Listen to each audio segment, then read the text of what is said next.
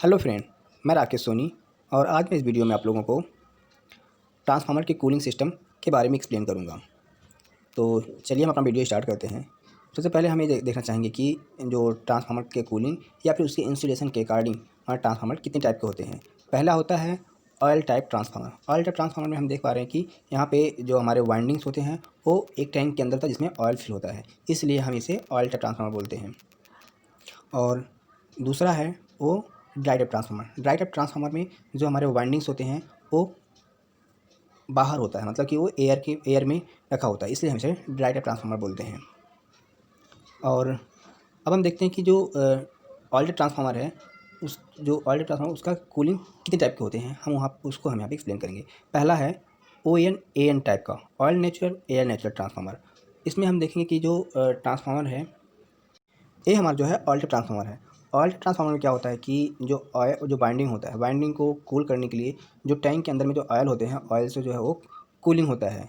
और जो cooling oil को जो कूल करने के लिए जो हमारे सराउंडिंग के एयर यूज होते हैं, इसलिए हम इसे ON बोलते हैं। तो इसमें जो कूलिंग करने के लिए जो हमारा वाइंडिंग अगर जब हमारा हीटअप होता है तो अंदर का जो ऑयल होता है वो गर्म होता है। जो अंदर का जो ऑयल गर्म होकर वह ऊपर आता है, ऊपर आके फिर यहाँ पे रेडिएटर के इस पाइप से रेडिएटर के जो है नीचे आता है।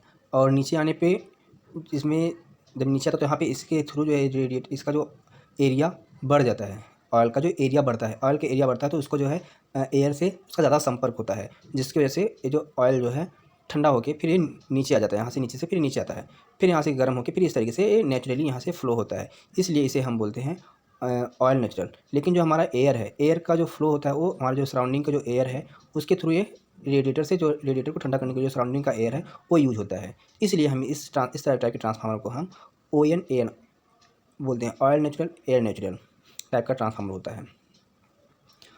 और अब आगे देखते हैं, दूसरा जो है वो ONAF, oil natural air force. Oil natural air force में क्या होता है कि जैसा हम यहाँ पे देख पा रहे हैं कि हमारा जो ट्रांसफार्मर है, यहाँ पे जो रेडिएटर है, ये रेडिएटर है, रेडिएटर के नीचे यहाँ पे फ़ैन लगा हुआ है। जो रेडिएटर में जब ऑयल आता है तो उसे ठंडा करने के लिए यहाँ पे हम फ़ैन का यूज़ करते हैं, जिसको जो है जिससे जो है ये हमारा जो ऑयल है, ऑयल जो का जो कूलिंग करने का जो होता है वो थोड़ा फास्ट होता है। तो इसलिए इस ट्रांसफार्मर को हम यहाँ पे जो हमारा ऑयल है, ऑयल जो नेचुरली सर्कुलेट हो रहा है, लेकिन जो एयर है, एयर के लिए हमने यहाँ पे फोर्स लगा दिया, फ़ैन लगा दिया, इसलिए इस टाइप के जो ट्रांसफार्मर है इसे ONAF टाइप का बोलते हैं। यहाँ पे देख रहे हैं, यहाँ पे जो ये जो फ़ैन लगा है रेडिएटर को यहाँ से इसको ठंडा करने के लिए यूज कर रहे हैं। और यहाँ पे ये जो ट्रांसफार्मर है, ये ट्रांसफार्मर 10 MVA का ट्रांसफार्मर है जो 66 kV टू 11 kV के लिए यूज हो रहा है। यहाँ पे नीचे जो है ये फ़ैन लगा हुआ है जो रेडिएटर को जो फोर्सफुली हवा से ठंडा कर रहा है।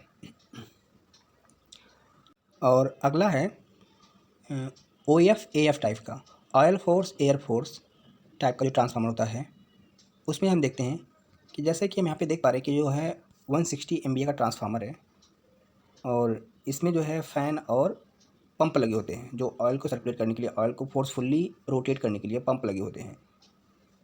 और ये 100 MVA का ट्रांसफार्मर है जिसमें भी यहाँ पे फ़ैन लगे हुए हैं, ये फ़ैन लगे हैं और नीचे यहाँ पे इसके नीचे जो है पंप है।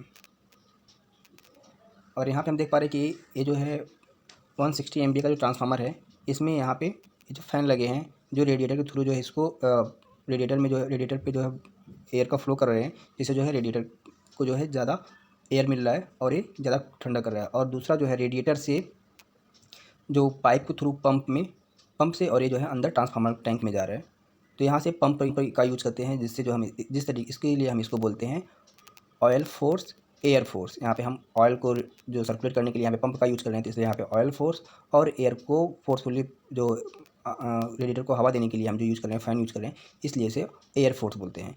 ये जो ट्रांसफार्मर है OF और AF टाइप का है।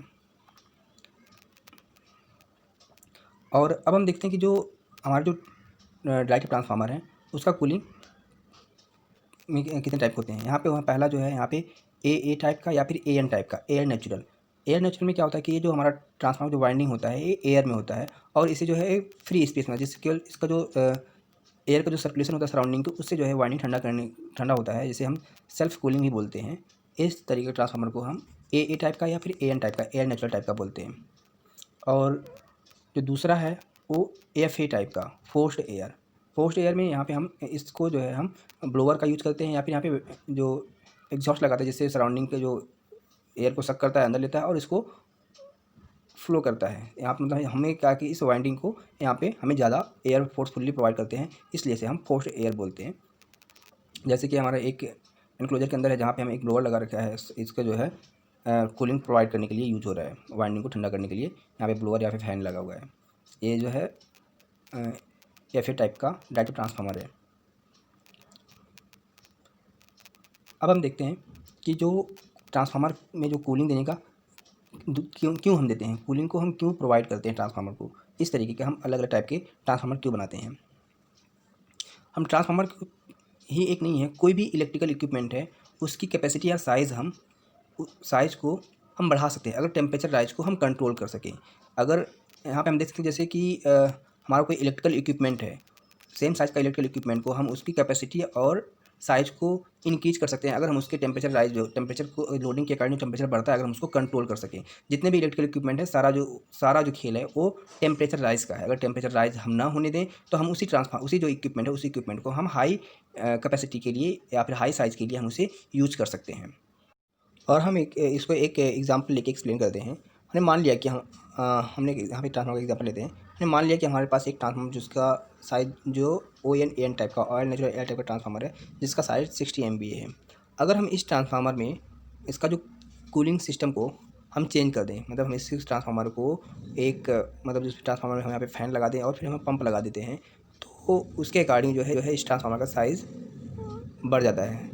जैसे कि हम यहाँ पे देख पा रहे हैं कि जो ट्रांसफार्मर है, यहाँ पे हम ON AF में कन्वर्ट कर देते हैं या फिर OF AF में कन्वर्ट करते हैं, तो उस समय इस ट्रांसफार्मर का जो साइज़ है वो 80 MB हो जाता है। केवल उसमें फ़ैन का प्रोविज़न करने पे उसी ट्रांसफार्मर का साइज़ जो है 80 MB हो जाता है। अगर उस ट्रांसफार्मर में अगर हम पंप भी लगा देते हैं, उसको OF AF में कन्वर्ट कर देते हैं, तो उसी ट्रांसफार्मर का जो साइज़ है वो 100 MVA हो जाता है।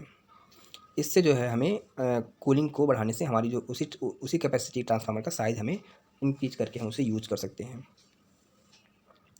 और ये जो है 160 MVA का ट्रांसफार्मर है, जहाँ पे ये ON AF और OF AF टाइप का कूलिंग इसमें है। और यहाँ पे अगर ON AN है तो उस समय इस ट्रांसफार्मर की कैपेसिटी जो है, साइज़ है, वो 96 है।